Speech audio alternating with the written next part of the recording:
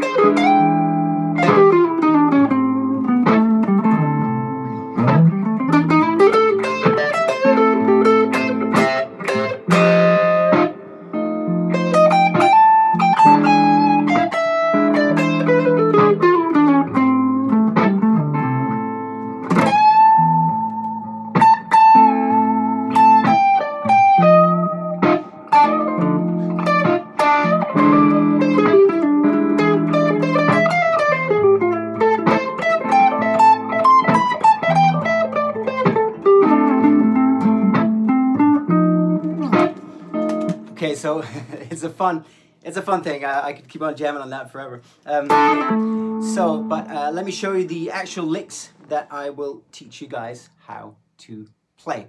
Here we go, guys. So it goes.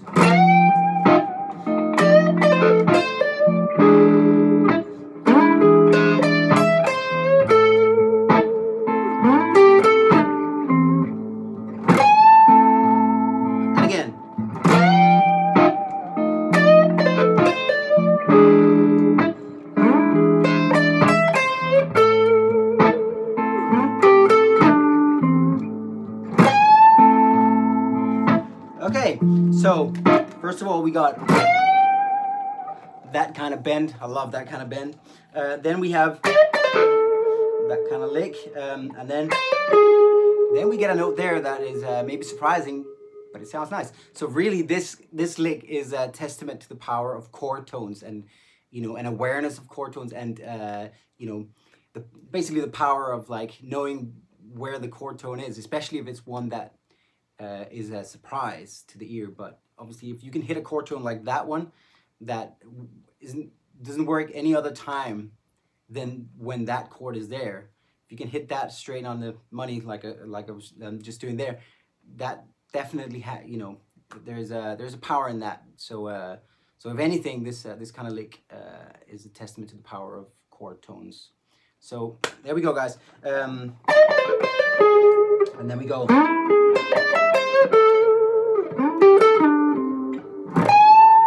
All right, so let's break it down. First of all, we got a rake like this into the first note. Obviously, super common like blues thing to do. So I'm keeping the notes dead by touching the strings with my fretting hand, but without actually, pushing them down, but just keeping my hand on them so that you get dead notes. And then I rake the strings like that. And I'm going to use my third finger on the 17th fret of the B string, and I'm going to bend that note, the E, all the way up to a G note on the, so that would be the same as playing the 18th fret of the B string. Yeah, but I'm gonna bend, and I'm obviously using my third finger, and obviously let my second finger here take part in the bend, so as not to just use the third finger, because that's gonna hurt. So I'm supporting the bend right there, and giving it some vibrato. Okay, so that's your first part. Yeah. Now we're gonna go to 15, still with the third finger, and we're gonna bend up half tone like that. So up to 16, still, providing ample support with the second finger here behind the third finger. And then we're gonna pull off from 15 to 13 on the B string. So, okay.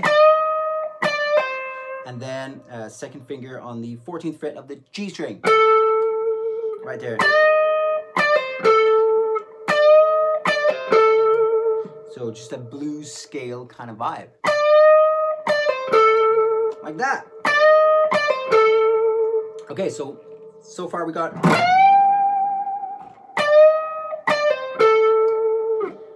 that. Okay. Now we're gonna hammer on from 13 to 15 on the B string, first finger to the third finger. Okay. Yeah. And then now comes the E chord. Right? So on an E chord or an E7 chord, obviously, well, you get the chord tones E, G sharp, B, and D. So what we're doing here is we're choosing to play the major third, the G sharp. Right there, and we're just playing it straight on the one, proud and loud, loud and proud, like that. And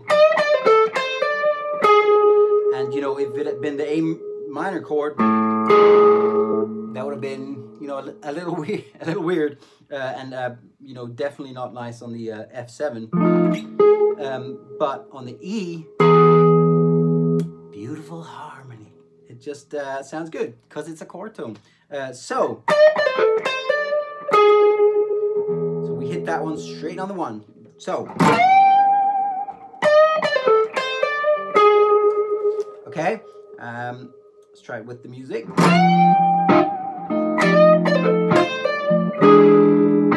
Okay, again.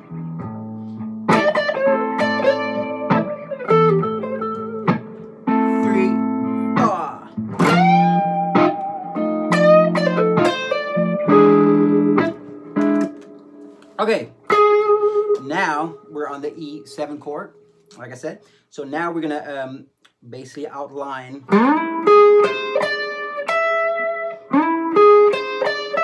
It's almost like outlining. This is the root note, the major third. That's the sharp 5, and then the flat 7. So it's kind of like outlining an E7 altered or E7 augmented. So a little bit of a colorful choice of notes there. So I'm going to slide up with my second finger to the 14th fret of the D string. Then bar my first finger across the G string and B string on the 13th fret.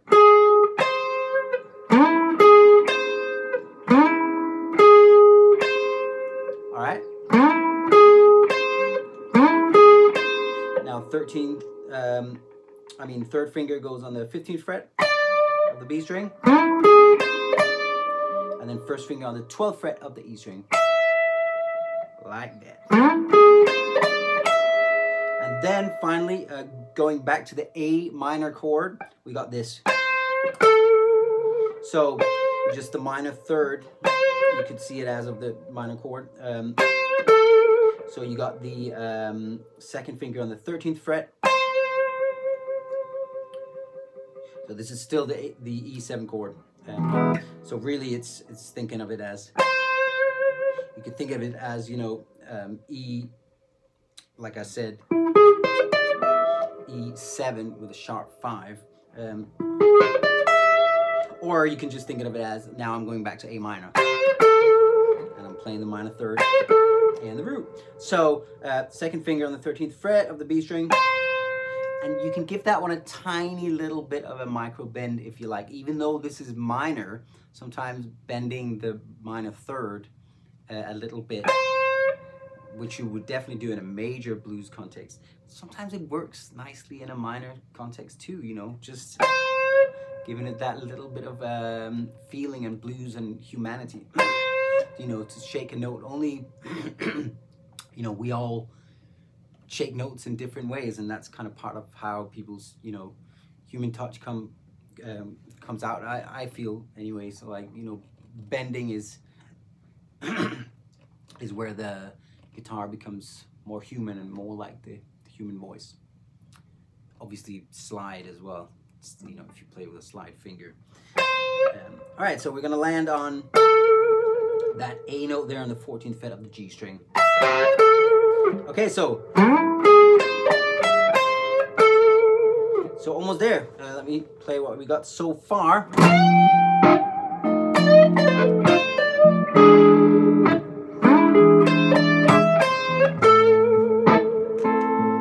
Okay, now we're gonna slide up again to the 14th fret, that E note there on the D string, but this time with the third finger. Okay, and then we're gonna go 12 and 14 on the G string.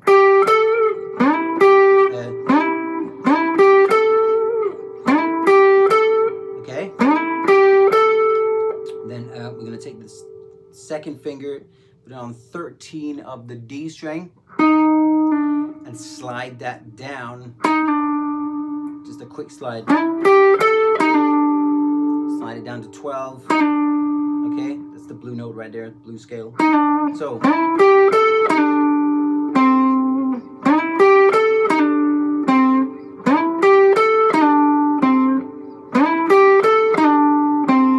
Okay. So after that, we got first finger on the 10th fret of the D string. Right there. And finally, we're gonna do another rake into third finger on the 18th fret of the B string. We're gonna bend that whole tone up to the root note, the A. And you know, obviously remember to support your bend. Don't just do it with one finger. So there we go.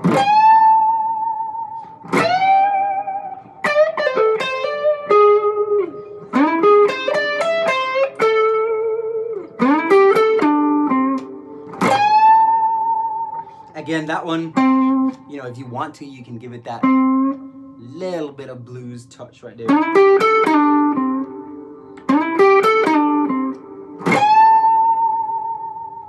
And And there we go, guys. So like I said, if you want the tab for this and also the rest of the copycat jam, it's all linked below. The tab and all of my tabs are on Patreon. Now, let me set it up. I'll just set up the loop at a slightly faster pace. So, like I said, you know, it's F7, it's E7, and it's A minor. If you ever jam, you know, a blues jam in A minor, that's a very likely turnaround for you. Obviously, other variations are E and D minor to A minor, but that turnaround right there, F7 to E7 to A minor, very, very common turnaround. So, you know, if you can whip out that chord tone, you know, the G sharp on the E chord, that's a great color to be able to take out your jam drawer. So let me set it up at a slightly faster tempo just to see how that feels. So.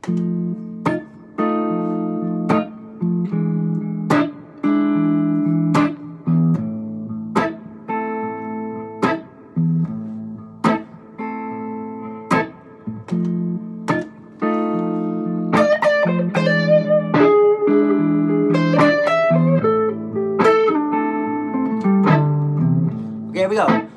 3, 4.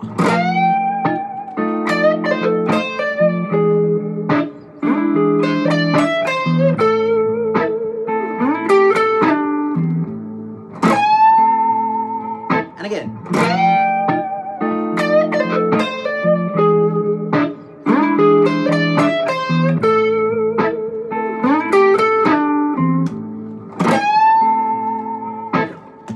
All right, guys, I hope that you will have some fun with those licks. And like I said at the start, let me know if you have any requests for licks live streams, whether it's you know, like a topic, any kind of improvisational idea, or a specific solo or a specific lick that you would like to see broken down. Obviously, I take most of my requests. I act on, you know, the ones that I get first and foremost from the people that are supporting me on Patreon, obviously, because well, it makes sense that way, and some of the tiers literally have that built into them, so that you know, that does keep me busy in terms of you know, always being on top of my requests from Patreon. But let me know on here as well, guys. I would love to know what kind of licks live streams you would like to see in the future. So there we go, guys. Hope that you have fun with this. And tomorrow I've got a new jam coming out, and look forward to sharing that. That's got full tab for the intro solo as well, actually. So hope that you will have fun with that too. There's loads more coming up. I've got some fun collabs coming out, some more guests coming to the channel. I will see you for another Licks live stream next Friday. And obviously you can expect lots more jams and lots more Wednesday warm-ups as well. Take it easy, guys. Appreciate you very much. Take care.